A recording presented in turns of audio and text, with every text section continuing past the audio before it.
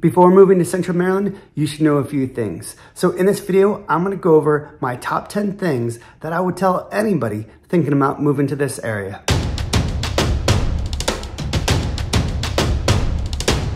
So first things first, you probably wanna know what exactly is Central Maryland? Well, Central Maryland is kind of defined as the counties that surround Baltimore City. So that's gonna be Anne Arundel, Baltimore County, Howard, Hartford, and Carroll County. Now, geographically speaking, Prince George's County, which is right next to Anne Arundel County, is technically part of like the DC metro part of Maryland versus Central Maryland, which we're talking about in this video. That being said, if you are considering this area, particularly Bowie is still another great place to kind of consider. So a lot of the pros and cons that we're going to talk about in this video are also applicable to that area. It is right next door. It is just a hair closer to the DC market versus the Baltimore market. So each one of these cities and counties has a little bit of their own character and own vibe and amenities to offer. So personally, I live here in Annapolis, which happens to be the state capital, as well as home to the U.S. Naval Academy. And I love going downtown. There's so many great restaurants to go eat at. I just love the atmosphere. I love the water vibe. And it's just kind of a chill place. Then you have other spots like Baltimore County that has some really well-ranked colleges. They have the state fairgrounds. There's a lot of great shopping there. You can go in Howard County. You have places like Columbia that are also a really fun place to live. A lot of great amenities and shopping and restaurants there as well. Certain areas are really well known for their schools, etc. So I mean, again, it's all still that Maryland suburb vibe, which is, I'm gonna say, very similar, but some spots, let's say, is a little bit more densely populated. Some spots have a little bit more room.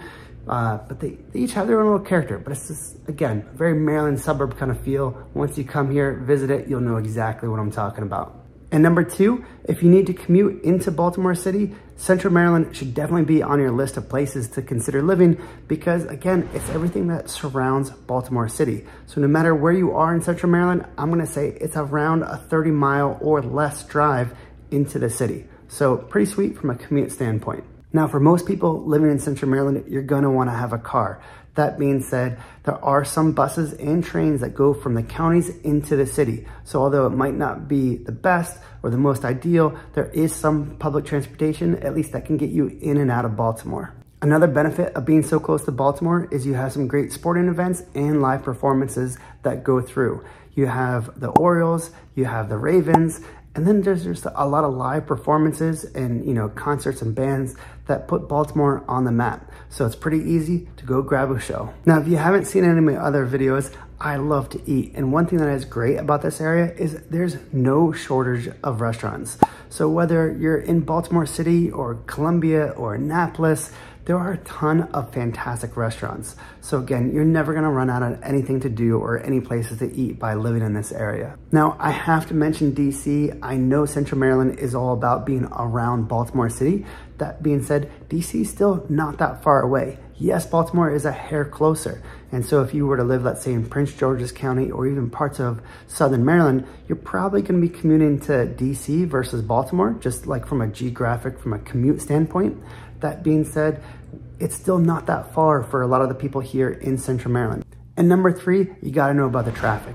With so many people in both Baltimore and DC and Northern Virginia being all right here, there's a lot of traffic, particularly during rush hour. So you have to plan accordingly. So whether something might be only 30 miles away, it can actually take you an hour or so if it's during rush hour. So you have to plan your time.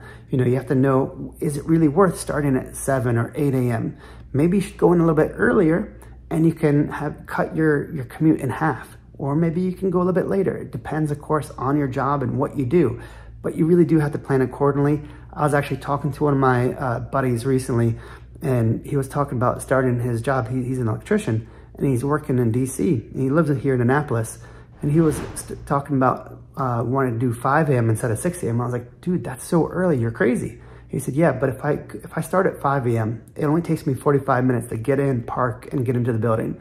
Where if I start at 6 a.m., it's going to take me an hour and 15 minutes. And if I start at 7 or 8 a.m., it could maybe take 2 hours, particularly coming home.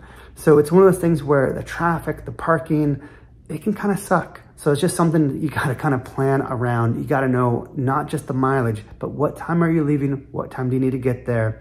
and act accordingly. So speaking of traffic, let's talk about the roads and the drivers. There's so many cars on them that these roads do take a beating, which means their maintenance cycles seem almost like to be endless. Like 495 and 695, I think they've had construction going on as long as I've been alive. It's one of those bits where there's something always happening, whether they're repaving, whether it's something's getting expanded, there's a new bridge, or maybe they have to cut something up to lay some fiber optic. It's like something is always happening on those roads. So just be aware construction is a thing, and it can also slow down some of that commute. Now, how about potholes? So look, here's the deal. I'm gonna say a lot of the area here, I think overall the county and the state do a pretty good job of taking care of the potholes. But it's not every road, right? There are some roads that don't get the attention that they need. And I can tell you, between people driving a little bit crazy here, including myself, and the potholes, I know I've bent at least 3 rims and popped several tires. So it is one of those things that, especially after the winter, when the cold can kind of break up some of these roads, potholes definitely can be a killer. So you got to be on the lookout for that, particularly on places like 97 or 295 as you kind of get into the city. It's just something to be aware of. Now, the drivers, I kind of mentioned the drivers. If you're coming from a more rural area, you're probably gonna be a little bit scared of the drivers here. It's one of those things where it is a bit of a rat race, right? So people drive fast and they're a little bit crazy. So if you're used to leaving like a nice 4-car length, in between you and the next car, people are gonna look at you like, what are you doing? And they're gonna probably cut you off. It's pretty common to have like a 1.5, maybe 2-car length when you're driving on something like 495. I know the speed limit says 55, but if you're not doing 65 or 70, people are like on your butt, like get out of the way. So it can be a little bit intense on the driving aspect. People are trying to get to where they gotta go. They just don't have the patience for it. And it's so ridiculous that if you put your blinker on early, like you're supposed to, people a lot of times will speed up and not let you in. So a lot of Maryland drivers kind of put their blinker on as they're merging into the lane, if at all. So it is just something to kind of be aware of. If you're coming from a more rural area, just be a little bit mentally prepared. It's kind of like going into battle. And number 5, I love the ability to do day trips or like a long weekend. It's pretty sweet being here on the East Coast. We have some pretty amazing cities with a ton of things to do and their own specialties all around us. Whether you want to go into DC and catch some of the live performances coming through, or maybe go to a great restaurant, or maybe you want the beach, you head over to Ocean City. Or how about maybe head to New York for the day or the weekend and go catch a Broadway show. New York is only 4.5 hours away from here. That's really not that bad, if you want to hop on a bus or drive.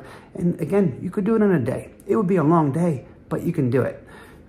You also have Philly, that's only a few hours away. Again, there's some great cities with all their own museums, their own live performances, their own specialties, their own restaurants, all right up and down the East Coast that you can easily get to because some of the major roads are all kind of coming through the central Maryland area. And number 6, access to airports. So unlike some parts of the country that don't have any airports or maybe just have one small airport, we actually have 3 major airports here. The first being BWI, which is right here in Anne Arundel County, which is in the heart of central Maryland. So super convenient. A lot of people really like it. It's a pretty nice, clean, it's a solid airport. It's also a hub for Southwest, which is great if you like flying Southwest.